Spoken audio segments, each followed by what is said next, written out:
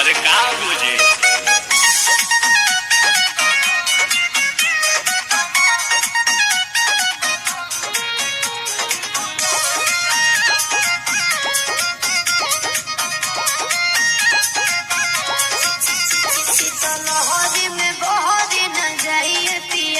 शरीर को समीर न बनाइए पिया, लहरी में बहरी न जाइए पिया, शरीर का समीर न बनाइए पिया।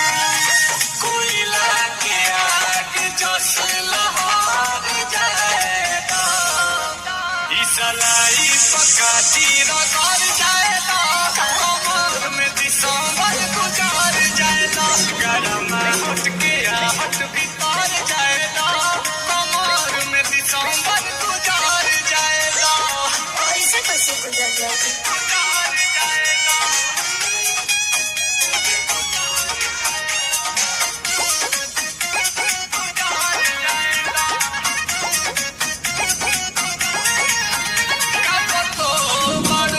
पतो बारू आग पुअरा के तू पतो बारू,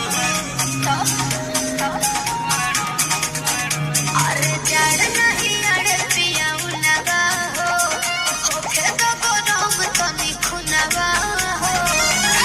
सारी चिंगारी हो बार जाएगा, तो सलाई पकाती रगड़ जाएगा, कमर में दिसंबर गुजार जाएगा, गरम हट के हट भीतर जाएगा, कमर में दिसंबर गुजार जाएगा। ऐसे कैसे होता है?